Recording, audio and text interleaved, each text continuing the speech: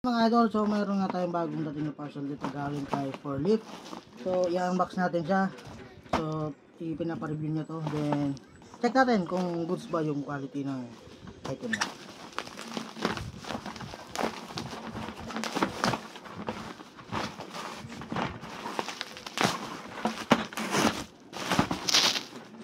Kaya ito siya mga idol.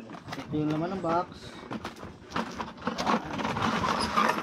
Yan, meron na siyang kasama na metal clip. So ito yung kanyang parang cable na i-aan natin sa poste. And then sa loob wala na iba. So ito yung kanyang nut box. So ito yung tsura niya. So may lock siya dito mga idol. Hindi pa lang banlo. So ganyan lang siya. Tapos meron siyang susi. Yan. Yan. Para sa mabubuksan. Okay, so ito yung loob niya mga idol. Yan, napakaganda. So meron na siya dito kasamang cable tie, tsaka Torx, tsaka screw, tsaka yung mga panali natin. Kompleto na siya. Yung mga pang pinto terminal, meron din kompleto. Then ito yung cutting 16 port na cassette. So meron ito yung connector niya. Then ito yung pag-kukonekan natin ng mga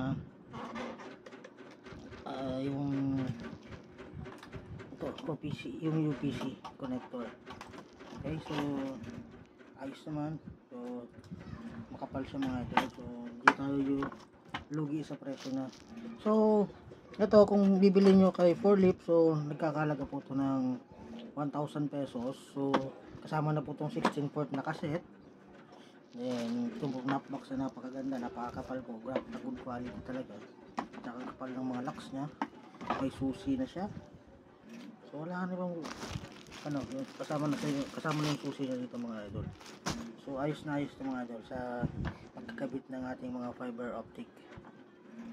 So ito yung kanyang tawag po dito PLC splitter cassette. So 16 ports.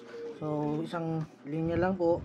So meron ka ng 16 ports na cassette. So talagang panalo ka dito. Kasi kung meron kang target na area na malaki, o meron pong madaming bahay, so pwede nyo pong maglagay kayo ng ganitong napbox doon.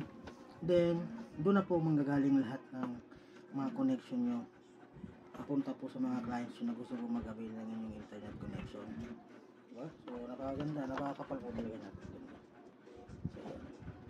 So ito po yung likod niya. So ito nyo po isusuot ko. Yan. So good quality po. So yan, shoutout kay 4Leaf sa papa-unbox ng kanyang napbox with cassette. So complete package siya po ito. So yan mga idol. So thank you. So follow for more videos and subscribe sa aking YouTube channel mga idol. Peace out!